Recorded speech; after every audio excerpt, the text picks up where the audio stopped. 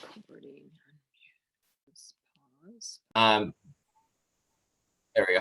Yeah, so mine is a little bit different. Mine, I like to keep it very kind of simple, and I don't like to have as much structure as far as exactly what I'm going to say, but I definitely have a structure for the listing appointment.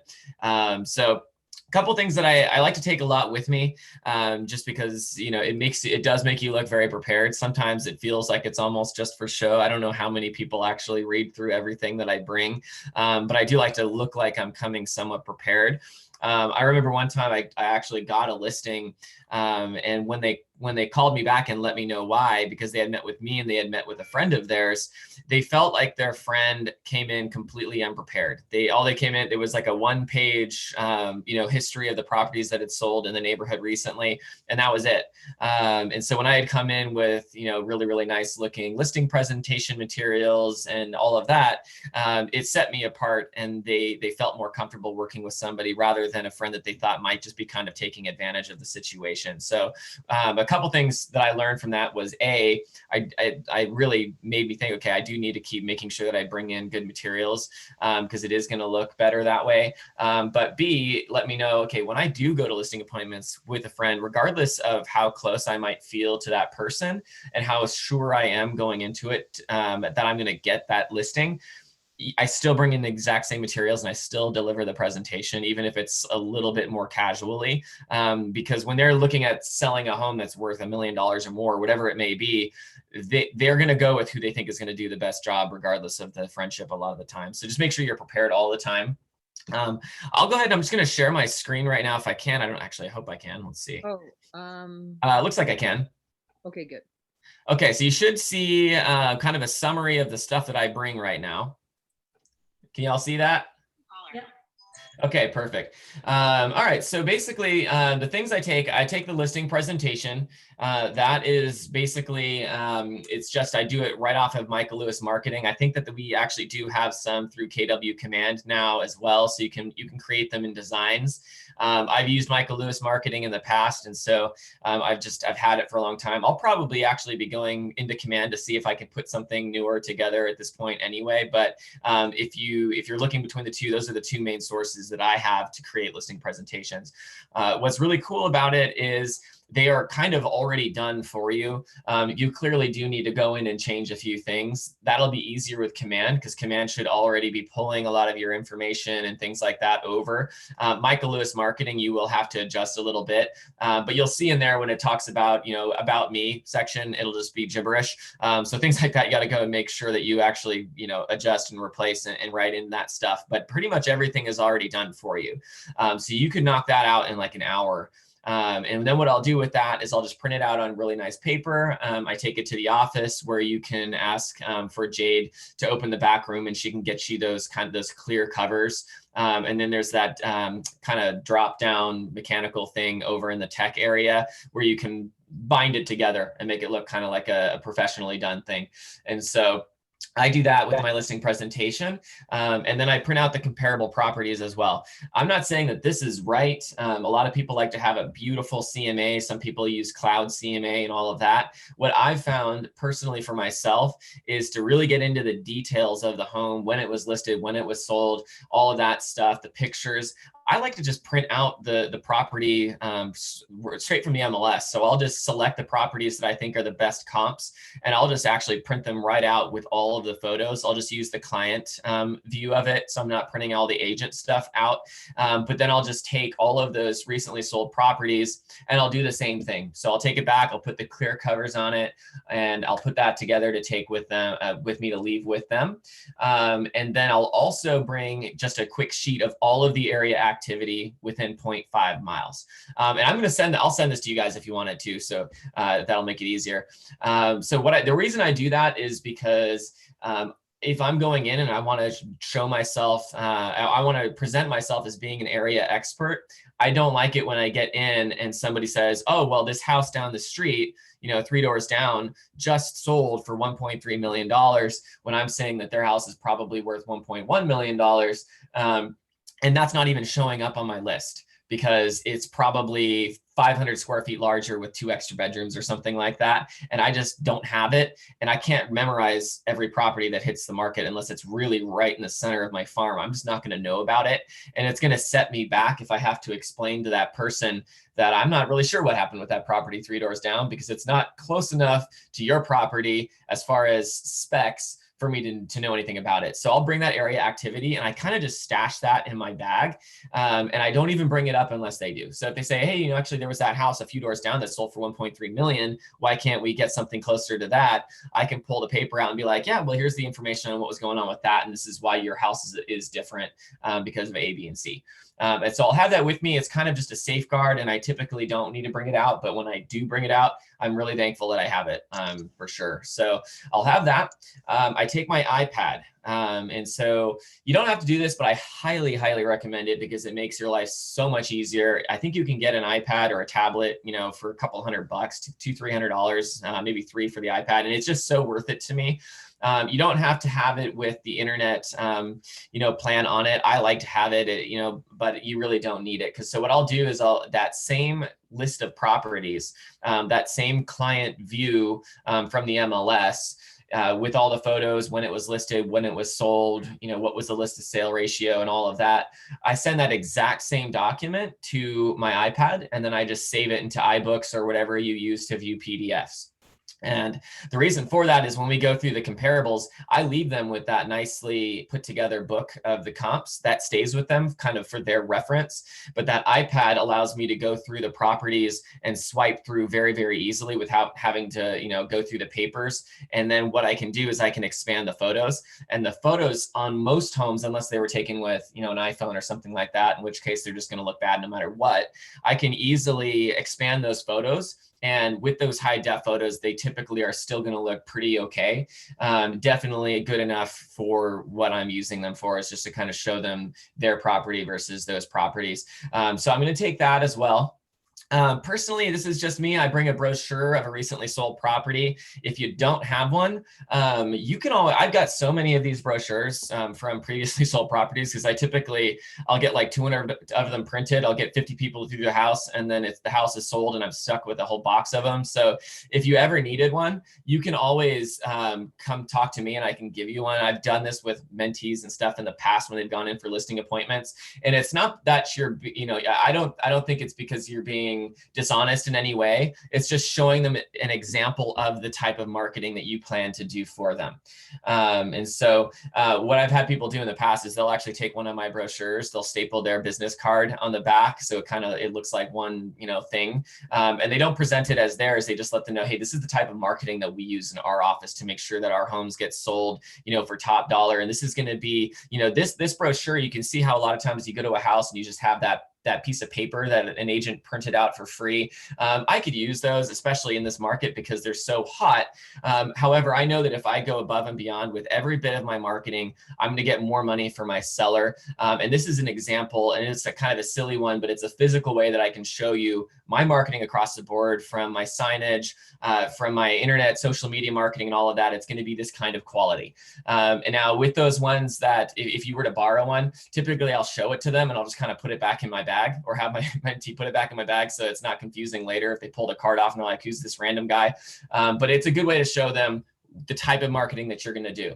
And so I bring those with me as well. I also bring my marketing strategy, which I can send to all of you. You can look through it, see if you want to create your own version of it, which I would recommend. If you want to take my name off of it and delete things that you don't like to do, if you were in a pinch, need to get over to a listing appointment very soon, you can print it out and use it if you want. Just make sure you take my name off of it and remove things that you're not willing to pay for, because there are things that I'll pay for that a newer agent may not. And so I bring in that marketing strategy. And what I love about having that marketing strategy with me is it takes the memorization out of that whole marketing portion of my listing appointment, because it's right there in front of all of us. And so depending on whether or not they're like an engineer type of a personality where they want to hear every line of every bit of that marketing strategy, I can go through that with them. However, if there's somebody that we keep getting distracted because they're talking about their golden retriever, or this cool thing that happens on their block every year or whatever, I know that they don't really care as much about every line of my marketing strategy, in which case I'll pick out the high points that I really want them to hear and then just move on. And so that is really great to have, because I don't have to memorize what I do. And obviously I know what I do, but when you're in the heat of the moment, and your adrenaline's up and you're going for that listing, sometimes you'll kind of forget things. And so I'll take that with me as well. I take now I will take the listing agreement. I take an MLS exclusion. I take the representative capacity disclosure in the case that the property is in a trust. You don't need that if it isn't in a trust. And you'll learn when you go through some of our other classes, when you go to Realist and things like that, you can see who's on title. If there's a trust on title, I'll throw that in as well. Most of the time you won't need it, or at least probably 70% of the time you won't need it. And then I'll bring a sample TDS, which is the transfer disclosure statement, a sample seller property questionnaire, or SPQ. And I get the sample copy that says sample across it. And I will bring in the KW doc that we have. That's the importance of filling out the TDS so that they can look through and see how important that is. The reason I bring those, and I make sure to let them know, because it's one of the first things I pull out of my bag after the CMA, is I say, hey, I just want to leave this here with you. A lot of agents aren't going to give this to you ahead of time. It may seem a little bit silly, but these are the two most important documents that you're going to fill out as far as your disclosure to the buyer, your legally obligated disclosures to the buyer. At some point in this transaction, before we hit the market, we're going to want to go over that. And it's important that you are as thorough as possible. And I don't want to spring this on you down the road, regardless of who you choose to work with. If it's me or if it's someone else, I just think it's valuable for you to have this now, so that when you're walking through the home, you can start looking through today, room by room, and jot down things that you remember that you remodeled. That leak that you might have had 5 years ago that you might forget about when we sit down to fill this out. You can start jotting those things down. So that way, when you get to the point to sit down with whoever, whatever agent that is that you choose, you already have a really good idea of what you're going to put down on these disclosures, and you've had time to really think about it. And then we don't have to go back and adjust disclosures later on, but these are just so important that I want to make sure that you have them now. Pretty much no other agent's going to do that. And so it's just one of those little things that's going to set you apart. It makes them feel, it makes them feel like they're kind of already working with you at some level. And it is beneficial for them as well. So it's just one of those little tweaks that you can do that the other agent may not or probably won't do. That's going to set you apart. So those are the items that I have. The items that are required to list their home. So the residential listing agreement, the MLS exclusion, the representative capacity disclosure, if applicable, I don't pull those out unless I know that we're probably signing paperwork. And that's a difference between me and maybe some other agents. A lot of agents will work really hard to make sure they leave with a signature that day. I honestly don't, and that may be just me, but I don't like to pressure people to sign right then and there, especially if they're saying, we are going to meet with this other person. I'll let them know, that's great. And I completely appreciate that. I know that this is a huge decision, and you need to be comfortable with who you're working with. I want to make sure that you see your options. And so if it is me, you're comfortable with working with me because you were able to, do your due diligence. So in that case, I won't even pull it out. And I'll let them meet with that other person, because I know that if I've done my job and I've hit these points and I've gone in with confidence, there's a good chance I'm going to take that listing. And if I take it right then and there, and then they talk to that other agent, and there's something different that they all of a sudden they feel like maybe I didn't say correctly or whatever, it sets me up for having a difficult conversation right off the bat that I don't feel like I need to have if they just organically chose me. A lot of the times they will be ready to sign right then and there. A lot of times they had no intention of meeting with somebody else unless you went in and they just didn't feel comfortable. So a lot of times I will pull it out, but other times I'll just leave it and I'll say, okay, no problem. And I'll have them sign it once they call me back. So that is that. Let's see. So I'm losing my voice. Allergies have been crazy lately. I don't know what's going on, but so the order of the listing consult. First of all, get there on time. Most important. That's incredibly important. If you're late for the listing appointment, even by a couple of minutes, it really sets a bad tone. And I have taken listings from other agents that there was 2 of us, they liked both of us, but the other agent showed up late and I didn't show up late. So make sure you're on time. One way to make sure that you're not behind the gun here is to have all of this stuff. Don't wait till the last minute to prepare all of this. Because there's always that chance that all of a sudden the printer is having a malfunction, or the printer's out of toner. And now you got to go get Jay to get more printer ink or whatever. And now you're running late and you're going to show up stressed out. And if you show up late, that's going to set a bad tone, as I said. So make sure you get there early. Another thing I like to do is I like to leave like 20 minutes earlier than I need to for a couple of reasons. Because I can go around and I can drive by those other properties that I have on my market analysis for them. That's been hugely beneficial for me in a lot of circumstances, because there are always those properties that are kind of the odd man out. You've got all these properties that are at like $1.1 to $1.2 million. And then you got this property that's like $950,000 that you've added because on paper, it's got the same lot size, it's got the same square footage, it's got the same bedroom and bathroom count and all that. You can't figure it out until you drive out and realize that it's like down some weird alley, and it backs up to an alley with, it's just a different house for a very specific reason, so that when you go in, you can share that with them and be like, hey, this is the lowest comp. I added it because of A, B, and C, but I wouldn't put too much, I wouldn't focus too much on this one based on the location, and describe the location for them.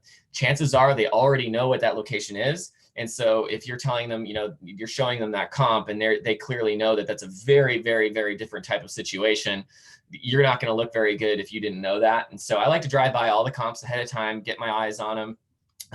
If we're in a market where you can easily view properties, they're vacant, go direct, which we don't have now with COVID, but we'll hopefully have again. I'll even leave a little bit earlier so I can walk through some of the actives and things like that. So, the active market, you obviously can't go through pending properties, but actives and active contingents, I can see what the competition looks like firsthand. And in the case that you're running late, the worst case scenario is you still get there on time, you're just not able to view the properties. And so the second reason is just because I like to get there a few minutes early and allow myself to kind of calm down, get myself in gear, ready to go. And then I'll walk up and I'll be knocking on the door like 1 minute prior, so that when they open the door, they're looking at their watch and they're like, oh, it's exactly 5 p.m. And that immediately already sets a really good tone there. So first thing I'll do is I'll just let them know, hey, thank you so much for letting me stop by. I really appreciate it. I've been really looking forward to seeing your home in person. Where would be the best place for us to sit down and chat, once we wrap up? And I'll just leave my stuff there for now, if that's okay. And they'll say, typically it's like the kitchen table or the dining table or whatever. And I'll leave my laptop and all that stuff. I have it all in like a nice carrying bag and all that. So I'll leave that there. And then I'll let them know, hey, so if you could just take me on a quick tour of the home, I would appreciate it if possible, if you could point out things that are your favorite part of the home. So if there's a specific area where you like to have coffee in the morning because you have a good view of the hills or whatever it may be for you, I want to be able to really promote those should you decide to work for me, because it adds a personal aspect of the home and it allows the person to see that home from the eyes of somebody that's lived there, and it can really help. And so I like doing that because they will point out things that they really appreciate about the home, things that they've remodeled and all of that. But it also kind of, again, it makes us a team. So they're trying to give me things that I can, use to market their home. I can put in the home bio eventually and all of that. And so that's a really great way to do that. And then we'll just go room by room. And I will let people know, I'm going to let you know different things that I think that could be tweaked, because I'm a consultant for real estate. I'm not just going to sell your house. I want to make sure that you understand how to get the best value for your money. You don't have to do any of it. I can put your house on the market as is, no problem. But I want to make sure that I am giving you the best advice I can and allowing you to make the decision. Is that fair? And typically they always want to hear it. So I'll walk through, and if there's something that I think could be tweaked, I'll let them know right then and there. But I like to give them a couple of compliments, at least one compliment for every thing that I ask them to tweak. So if I walk into a room and I'm like, okay, this room definitely needs brand new carpet, I'll go through and be like, hey, I really like how much light comes into this room. It's really set up great for that. It's an awesome size. One thing that I might consider is bringing in a new carpet for this room, floors, paint, and just moving things out of a home to make it as vacant as possible, so that the buyer can picture themselves living there. That's going to be the best bang for your buck. So I think, swapping out the carpet to a really neutral, brand new carpet in this room would be beneficial. And I think you get your money back on that. So you kind of see, I gave them a compliment.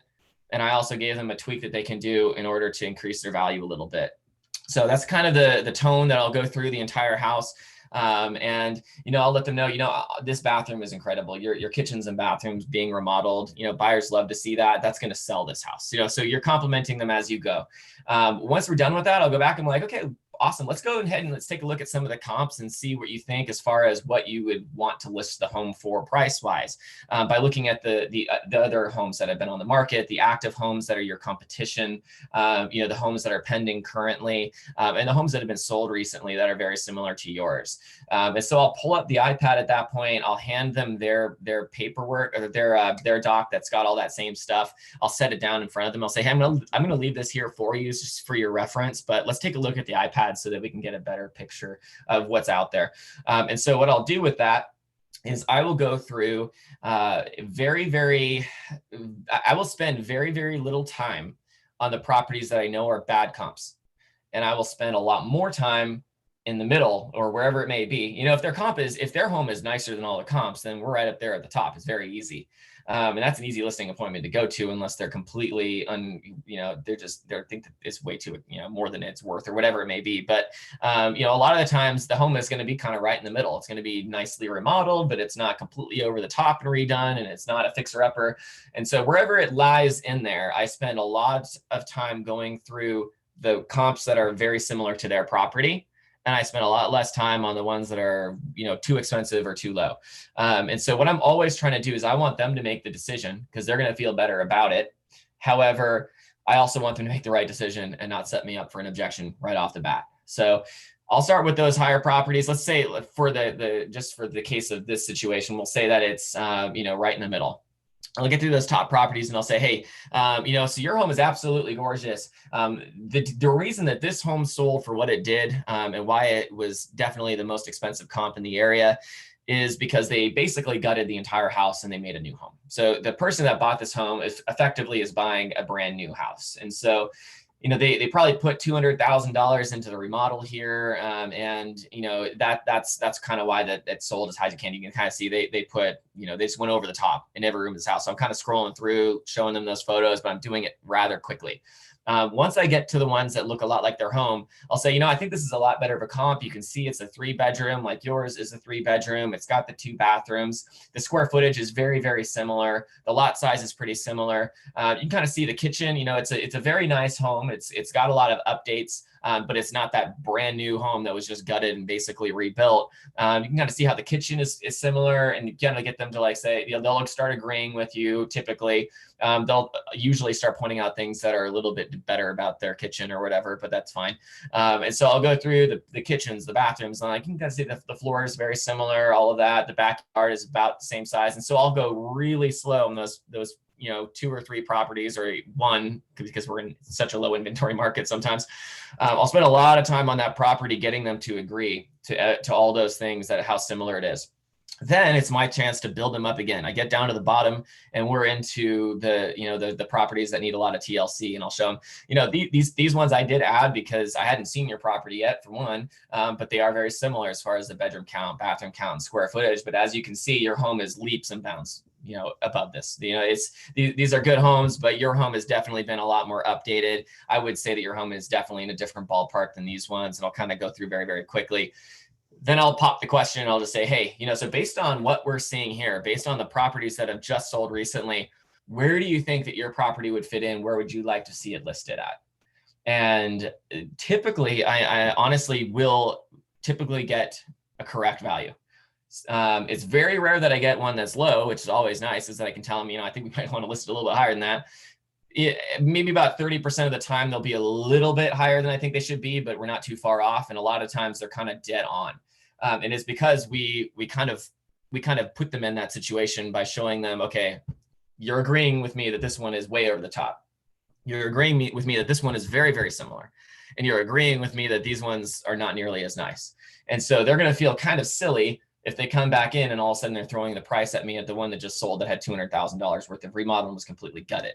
And so they don't want to do that because nobody wants to look silly. And so typically we can agree on a value. If they're completely off, then at that point, it might be one of those things where you have to walk away. I'd rather not take a overpriced listing because it's a whole lot more stressful than not having a listing at all. So I want to make sure that we're at least close. If there will be cases where they're a little bit off, but you can maybe at least get them to agree to, a price reduction after a certain amount of time. And I'll even put that into the contract. Seller agrees to lower the price to X, depending on if there's, fewer than this many showings in the first 2 weeks and no offers or something like that. You can put that in, or just verbally have them agree to it. But I will let them know that I don't recommend doing it that way. Because studies do show that you can lose up to 6% and sometimes more of your equity in the case that you have to lower the price and chase the market down. So you're always going to get the best value for your home if you're listed appropriately the first time. And so I'll go through with them that way. And sometimes they will. I'll just say, okay, no problem. And I have one right now, a condo that sat on the market for a little longer than it should. And we were just about to do just that, was lower the price. And then we got an offer at the price that we were about to lower it to. So it worked out. But that's how I'll handle that situation. So once I'm done there, assuming we all agree on the value of the home, then I go into the sales mode a little bit, right? So I say go over the pricing strategy. We are in a market right now where I might recommend, if they're in an area where all of the homes are listed for 1.1 million and they're all selling for 1.3 million, I'll go over that and show them the numbers and how things are. I'll go over that with them. Otherwise, if we've kind of just agreed on the price already, I'll just move on right past it, and we'll go into sales mode. So that's where you're going to give your value proposition. So I'll let them know, this is the line I use a lot. And I just say, hey, I want to share with you a little bit about me. If I could take a couple of minutes to do that, because if you do decide to work with me, I want to make sure that you're comfortable with your decision. And I don't love this part of the listing presentation because it feels a little bit like bragging. But at the end of the day, I'm applying for a job, and I really do want you to know where I come from and understand who you would be hiring if you decide to do that. So that kind of gives me license to brag a little bit. And for me now, I've switched over to going over my past experience. But when I first started, I had a lot of success just leveraging the office, their experience. And so, our office is able to, at this point, we're averaging selling homes in 7 days.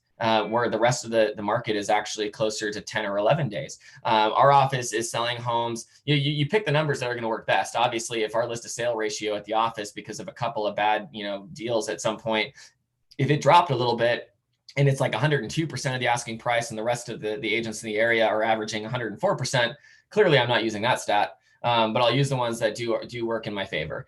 I'll tell them a little bit about myself and I'll deliver my value proposition. So for me, that would be something, one of the things that sets me apart from a lot of the agents in the area is I believe that you should get the same level of service in every single market, regardless of whether it's a buyer's market or a seller's market, or any other market in between.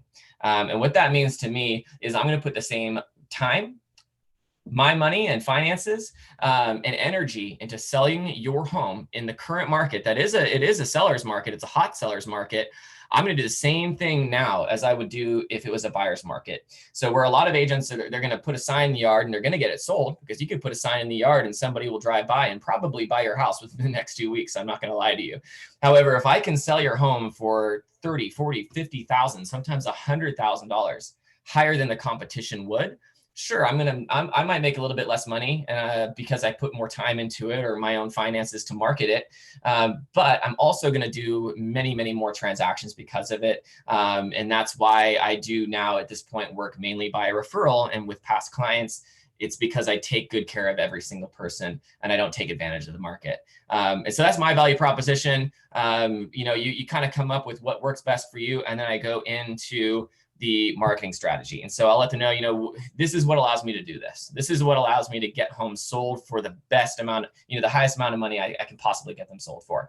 And I'll walk them through my marketing strategy. And so 75% of my marketing strategy, honestly, or more, it's the same things that all agents do, right? It's getting their property on a bunch of different websites because we put it in the MLS and that just happens, right?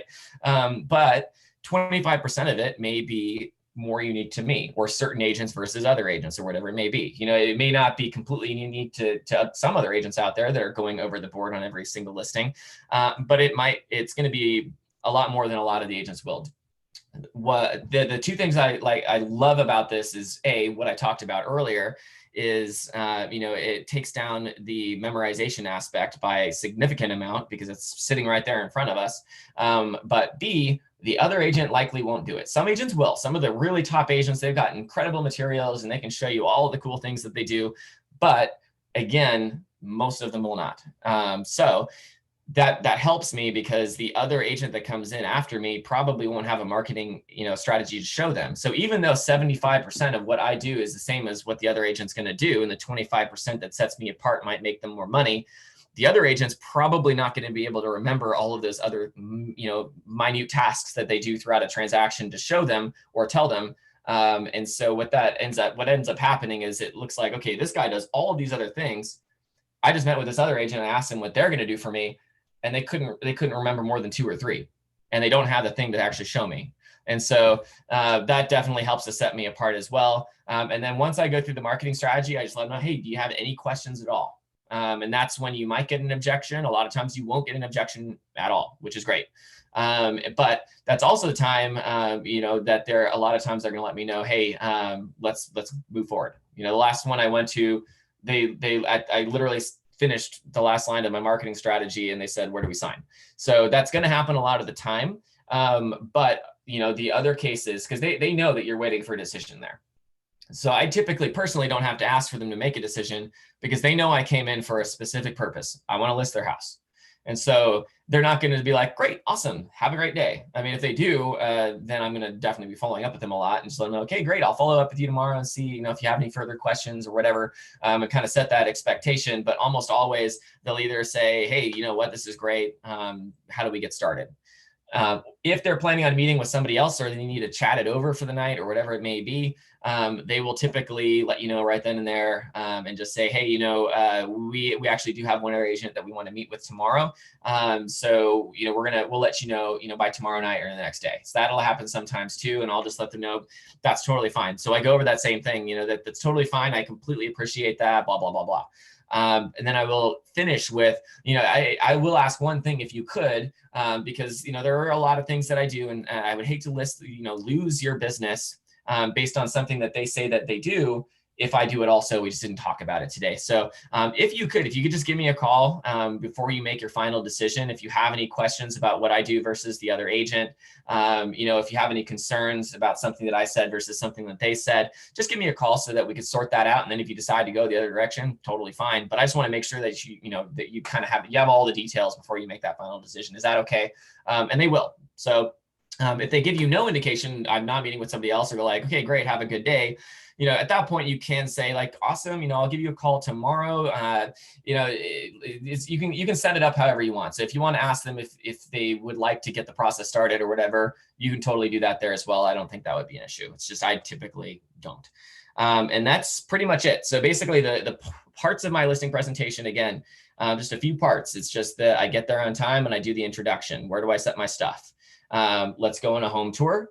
Let's talk about the comps. I'll deliver my value proposition, and then I go right into the marketing strategy where I'm going to spend probably about the same amount of time as everything else, but it's sitting right there in front of us and there's no memorization involved whatsoever. And it works great for me, at least. So I've got a lot of other agents that have used the same thing, and it does work. And I like how simple it is. Any questions at all, since I've been talking nonstop for like the last 30 minutes? Yes, I have some questions.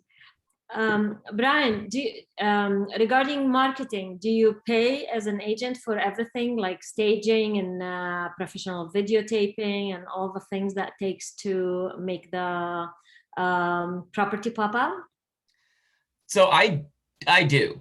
And it's at this point, it's because I have the business fund. I've created the business fund for it. So it's sitting there to do that type of thing. At the beginning, it's completely up to you. If you have the funds to do it and you see that property and based on the comps, this thing's going to sell at 1 million for sure. And they're ready to list it at 900,000 or whatever, going for multiple offers. If you got the funds to do it, it's kind of situational based because, okay, they're very, very motivated to sell this home. It's already vacant. They're willing to list it $100,000 over what things are actually selling for. In that sense, then if you got the funds, go for it, because the other agent might, and if they don't, you want the leg up. If they are going to do it, which a lot of them will, you don't want to be at a disadvantage there. However, if you don't have the funds to do it, I didn't do it at first. You know, there were, especially on the lower price properties, when I had one that was like $540,000. When I first started, it was a condo, and it would have cost me close to the same amount to stage and all of that stuff as, you know, a property that was twice as expensive. And in that one, I think I split the staging cost with them or something like that. So it wasn't too bad. But you don't have to. Now, as far as photos, I would pay, pretty much every agent's going to, you know, they're going to pay for the photos, or they're going to cheap out and do iPhone photos. Please don't do that. You can get a photographer in for a couple $100, and it's going to look fabulous compared to what you could ever do on a cell phone. Unless you're like you're a professional photographer. Even if you are a professional photographer, shooting a house and the angles that the professional is going to use in order to really capture the room so that they look really big and all that stuff. You know, a photographer that takes portraits is not going to take pictures of a home like a person that does it all day long. And for a couple $100, it's going to look good. We sell homes online, especially now. Fewer people are going to view the home because they don't want to have to view it unless they're really, really interested because of everything that's going on. So you want to make sure that more people actually get out there in person, and you're going to do that with high quality photos. So I'll pay for the photos personally. I'll pay for the staging as well. If it's a really, really cheap house, I might consider, you know, doing 50-50 or something on it, you know, something like that. But, you know, for $1 million home that's priced well, I'm going to pay for that. So I pay for all the marketing. I'll pay for the print stuff. So if I'm printing out brochures, which we technically can't do right now unless they changed it. I know we can't really leave physical materials of properties. So I'm not doing that right now. But when we do, I will do that. One thing you can do is you can print them out at the office. I would just recommend going to, you know, Staples or Office Depot or whatever. I don't even know if Staples exists anymore, but you can go get like nice brochure quality paper for fairly affordably and print out like a front and back thing. That's going to look really good. Right now, what I use is typically brochures. However, if it is like a $500,000 condo, I do try and keep my costs somewhat similar. So I'll print out like a really nice brochure sometimes, you know, front and back at the office.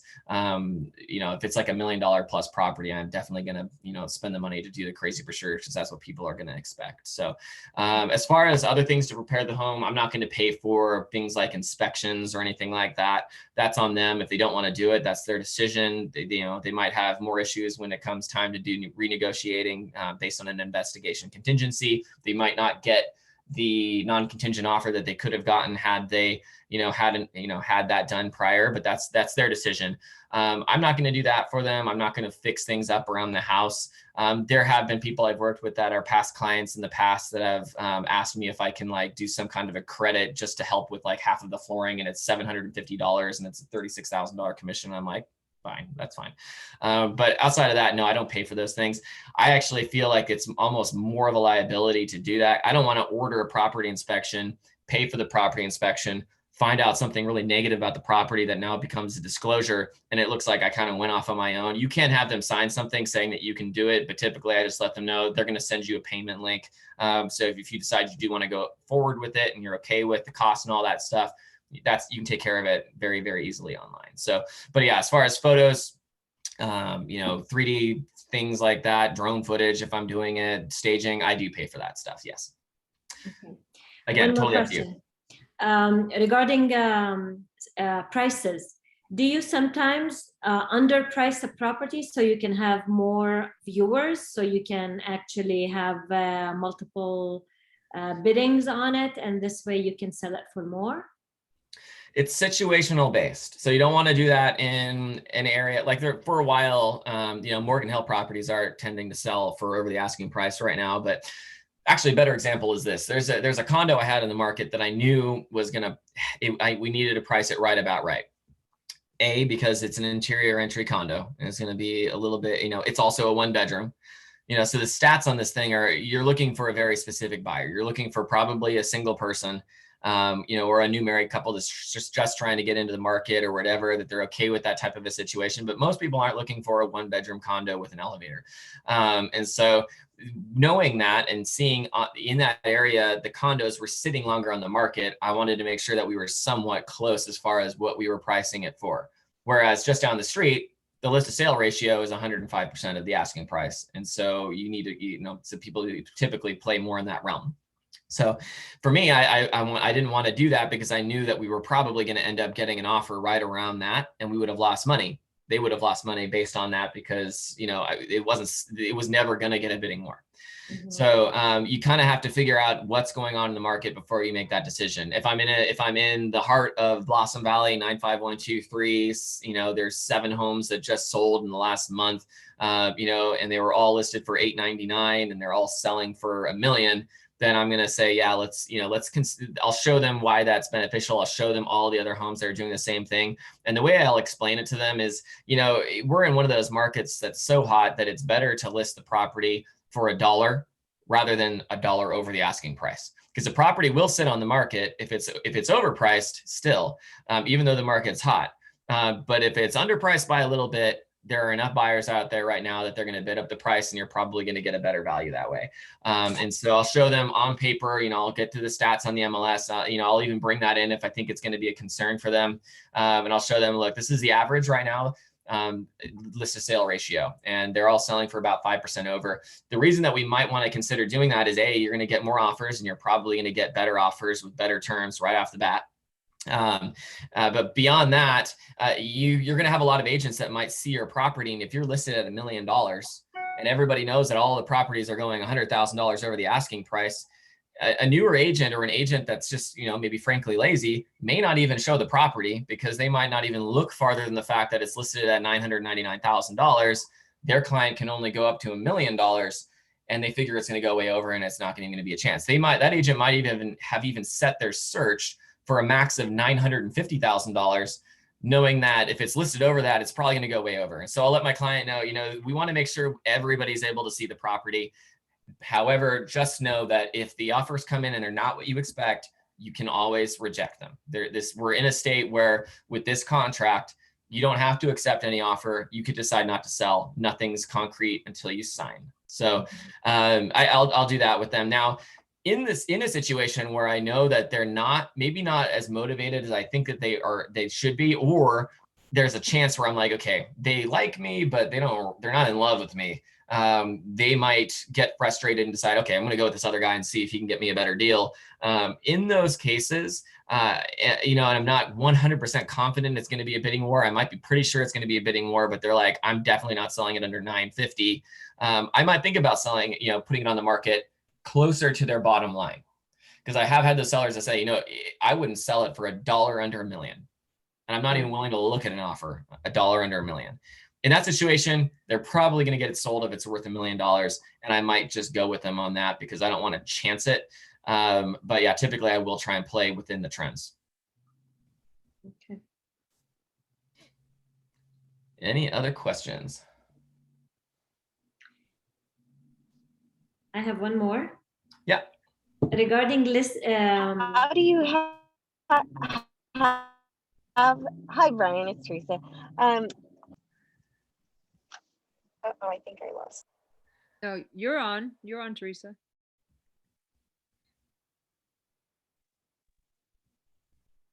She might have lost us. Hey, Teresa, I'm going to come right back to you. Okay, you can hear me? Yes. Okay.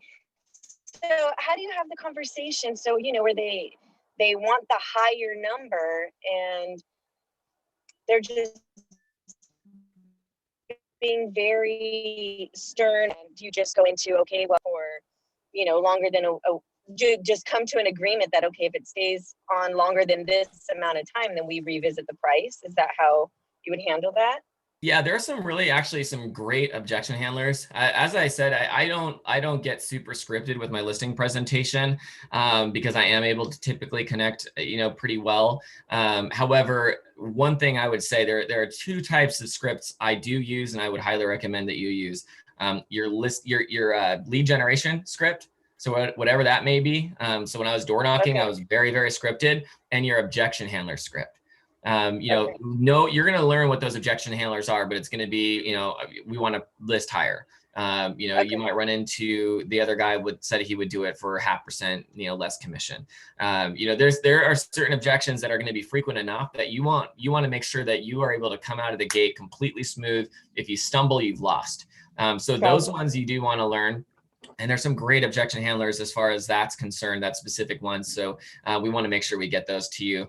But yeah, I will let them know, we can do that. If it's way off, I was like, you know what?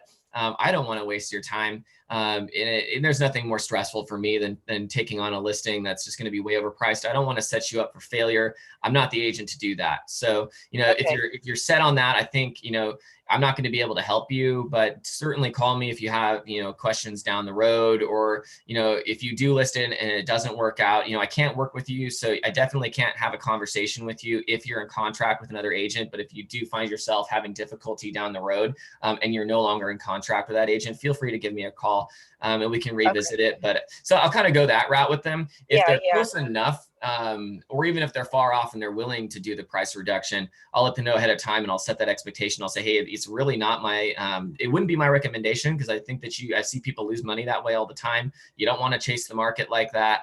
However, if that's something that you're set doing, I would just ask that we agree upon a price to reduce it to, if we're on the market for 2 or 3 weeks, and we're not getting any showings, because right now homes are selling in 7 to 8 days. If we're 14 days in and we've only had 2 showings and we have no offers, I think that we need to agree on a price, in order to make sure that we're able to get it sold. And we gotta do it earlier rather than later. The longer you sit on the market, the worse it's going to get. Does that make sense? Right. Yes, exactly. Perfect. And then Elsie, you had a question? Yeah, absolutely.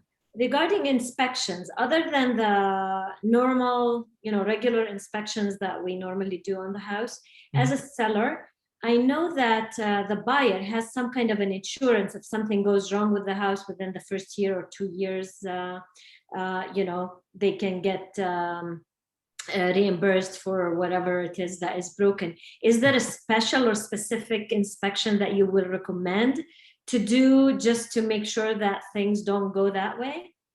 So you're talking about a home warranty, which I want every single person, I will allow there not to be a home warranty in a situation where it's like an investor or somebody's buying a property that's so damaged and every appliance is rusted, and they're planning on going in and ripping everything out. They don't need a home warranty, and they probably don't want to waste the money on one, because anything that would be covered is already ruined and they're ripping it out anyway.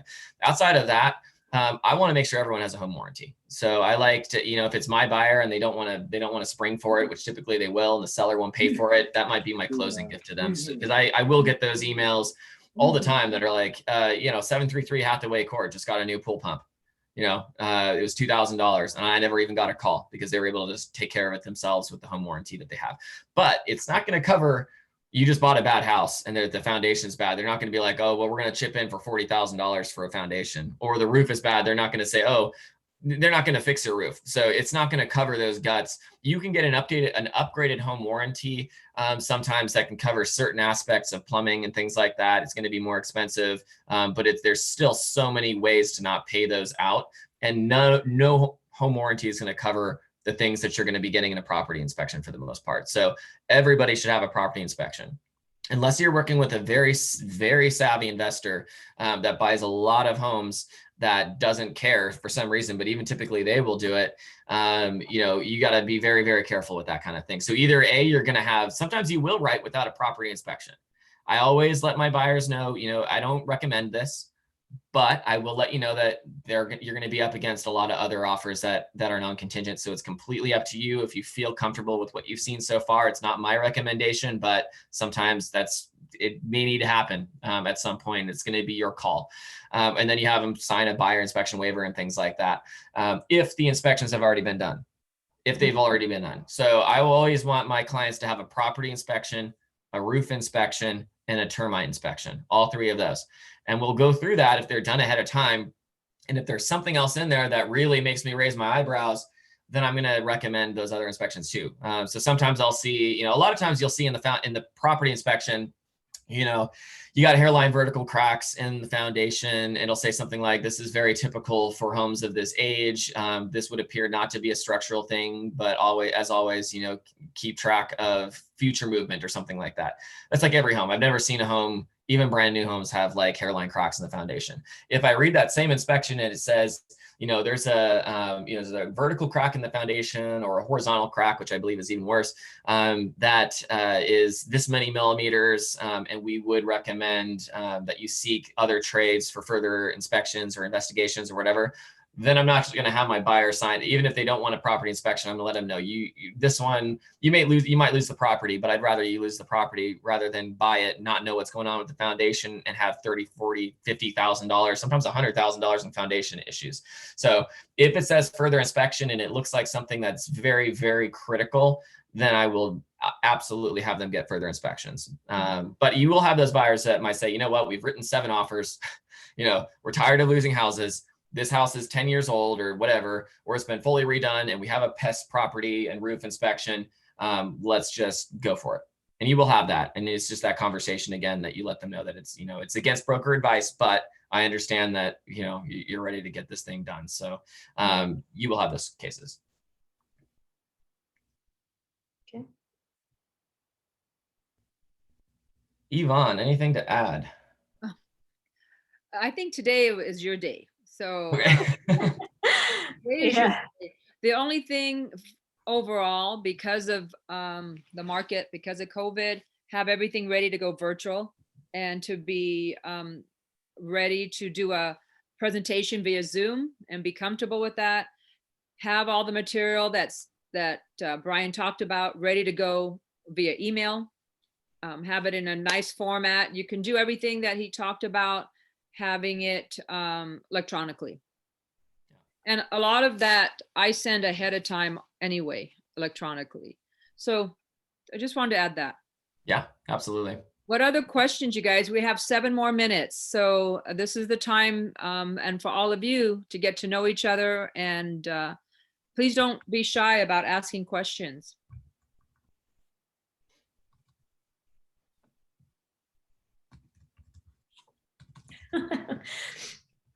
You guys are ready. Now we just need clients, right? To go work on your listing presentation. Yeah. And the other, I just want to add, Brian, is like, you guys, when you go meet with them, have fun, show some enthusiasm, show your excitement, talk about the market. You got to give them a little bit of knowledge. Of course, they're going to know, oh gosh, prices are going high and the interest rates are low. Well, we got to give them a little bit more. Always, all of you guys that I'm working with, you always hear me talk about, hey, we got to let them know about the market. Just a couple of sentences. It doesn't have to be super long or super involved. It's just, hey, it's an exciting time. I don't like to use the word crazy market because that has a negative connotation.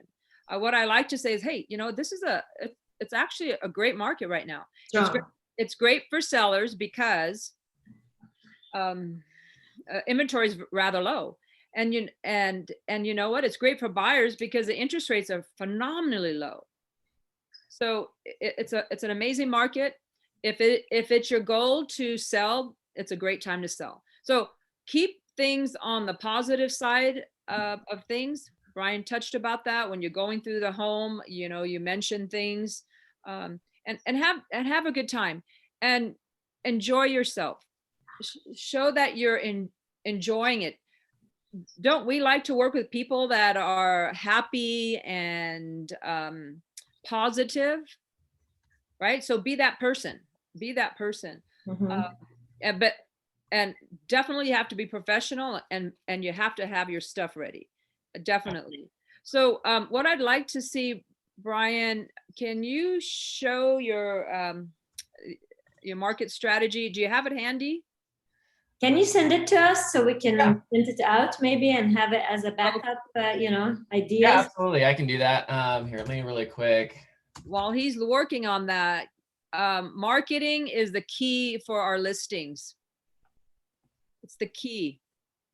Everything's online these days. That's how they're going to first view the home. And that's where they first are going to, I'm talking about the buyers now, purchase it in their mind by wanting to go visit and so on. So our marketing has got to be very strategic, and it's very important. Yeah, absolutely. Here, let me pull it up really quick so you can kind of see. I need to actually read. See, this is the funny thing. You can all see it now, right? Yeah. So I created this marketing strategy at one point because I had a seller that she was very, very much the type of person that wanted to know every step of the transaction, from pre-market to marketing to escrow. And I knew that I was never going to have a chance unless I had it very detailed to go over with her. And so the only reason I ever created a marketing strategy on paper, or I did originally, was because of her. And what's funny is I didn't even get that listing. This was years ago. I didn't even get the listing, but this has gotten me so many more listings. So I appreciate her beyond words because of that. But looking at this, so I knew what I like to point out is I want to go through this and go into Photoshop and create like a really pretty version of it, but I haven't, because like we always say, you got to focus on your one thing first. My one thing is not yet to redo this. And so you never have to have things perfect. This is just a PDF that I print out and put between two clear pieces of plastic, right? So it doesn't look pretty at all, but it certainly works, and I don't need to change it until I have time. But yeah, so what I do is I go from pre-sale preparation. I talk about signing the agreement, reviewing some disclosures and all of that stuff. I talk about how we're going to prepare the home for sale. I adjusted some things to let them know how we're going to keep them safe and how to, as much as possible as far as COVID-19 and all that is concerned. I'll talk about the active marketing activity. So a lot of this stuff, enter a home and fully completed disclosure package into the MLS. Every agent's going to enter it in the MLS unless it's sold out off market. And 90% of them are going to upload disclosures at some point before it actually, before offers are looked at or whatever. However, if I'm putting that in here, it shows them how systematic I am. And other agents may not even remember to bring it up. And because they've got it right there in front of them for me, it gives them that peace of mind. So I'll go through that. I talk about the internet marketing campaign. I talk about the things that I'm going to do on social media, different areas that I like to focus my campaigns and all of that stuff. Then I talk a little bit about the week one assessment. Right now that's important because homes are typically selling around that time. So it's time to start talking about the strategy as far as how you're going to look at offers, all of that. So I'll talk about that a little bit. And then I even go in and I talk to a little bit about the escrow period. So major things that we're going to be talking about. What is a property investigation contingency? What's an appraisal contingency? What's a loan contingency? I go over that and kind of give them an idea of what to expect at that point. And again, if I'm talking to the person that keeps wanting to tell me about the dog show that their golden retriever just attended, I am not going to go through every aspect of escrow because they don't care at all. I'm probably going to go over, I'm going to go over what we're doing right now. I'm going to talk about a little bit maybe about how I'm going to prepare disclosures. I'm going to hit the big things like the social media campaigns that are going to, focus on 25 miles around their home in the different areas like Austin, Texas, and New York City, and Seattle, Washington, other tech hubs where people are coming in from. I'm going to hit those big things, and I'm not going to go into detail on a lot of other stuff. If you got that engineer that wants to know every single thing that you're going to do, I'll take him right through this thing. But again, I don't have to memorize it because it's sitting right there in front of both of us. So that's what I have. I'll email that to you as well. Great. Thank you so much. You bet. Thank you, Brian. Of course. My pleasure. Okay. Anybody else as we're wrapping up? Anybody else have any thoughts or anything you want to share? Has anybody gone on a listing presentation in our group? I know Steve has. Yeah, I know Steve has. Yes. Steve's working on his third listing. Well, I'll tell you, Congrats, Steve. Yeah, that's awesome, Steve. Congrats. Thank you very much. Yeah. Don't be afraid to go, be prepared with, this type of thing. But when I first got into the business, a lot of people said, listings, that's typically something that you do when you have more experience. You're going to work with a whole lot of buyers. And then, that's not true at all. In fact, my first year or two, I did so few buyers that I was nervous about working with buyers. And I wasn't nervous about the listings or whatever, because I kind of started there. So, be prepared, have your bullet points down, have your value proposition down, have a couple of objection handlers that you're practicing every day so that you don't stumble on those when you get them, and go after it, because you can totally get listings. And we need more of those right now. So let's get them. Good job, Brian. Cool. Thank you. Where do you find all the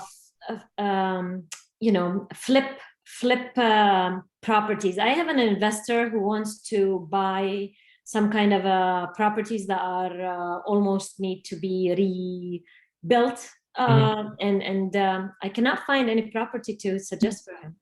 A lot of them are already being sold off market. You know, those are extremely active. So, you know, look at the coming soons and see things that maybe haven't hit yet, and then connect with other agents. You know, Do we still have coming soons on the MLS? Yes, there are. Yeah, that's it. The MLS will be a topic for another day, but you can certainly do that. If you're on this criteria page, you can search the members only section. You can highlight both of those, and you'll see properties that aren't on the market yet. So yeah, those are still there. So look at those, connect with other agents, send out emails, you know, email blasts. You know, I've got this investor looking for this specific thing. Be specific with it though, because, you know, you will have a lot of people that will just send out, you know, mass spam, technically, you know, I get them all the time. You know, I'm an investor looking for properties in San Jose, blah, blah, blah. You know, if you're a little bit more personal about it, you let them know exactly what you're looking for, you're going to have a much better chance of getting a response. You know, so just connect with other agents. You know, when you're driving around, you could even, if you see a property, figure out who owns it, maybe door knock it. You know, if it's rented, send a letter to the, you know, the homeowner. But yeah, go on the MLS because they will pop up. But yeah, it's tough. It's competitive for sure. Sure. And what is member only again? What is it exactly? What you know? You're a member of the MLS. So it's agents. It's other agents that are members of our multiple listing service that can look at the coming soon properties that aren't technically on the market. Yeah, so I find on the MLS member only, you know, the M mark, and you can't see pictures of the house. So how can you market a house without having pictures to show? So you'll talk to the agent. You can see if they're willing to let you show it. Sometimes they're not. Sometimes they're on that coming soon page just because they want people to know that they're coming up and maybe prepare their clients for it. But they're not ready to actually have anybody in. They're not willing to do that. But you might see one that needs a ton of work. And you can just say, hey, I got an investor that was willing to pull the trigger on that thing right now off market. Is there any chance we could take a look? So yeah, if you go to the criteria page, the search page on the MLS, I believe it's on the right side. If you scroll down, you'll see a box that's got two options. Highlight both of them and you'll see those. Okay. Any other questions or thoughts on listings, you guys? Anyone else? While we wrap it up. All good. Cool. Okay. All righty. Well, thank you guys for joining us today. Thank you. That was Not a awesome. problem. so much. Lots of info. Thank Absolutely. you. Well, it was good to see you guys. You're very welcome. Good job, Brian. Thank you. Okay. No problem. Bye. Thank you, All right, Brian. guys. No worries. You guys have a great day. Take care. You too. Thank you. Bye-bye. You Bye. too. Stop recording. After stopping, you'll receive an email notification when your cloud. Stop recording.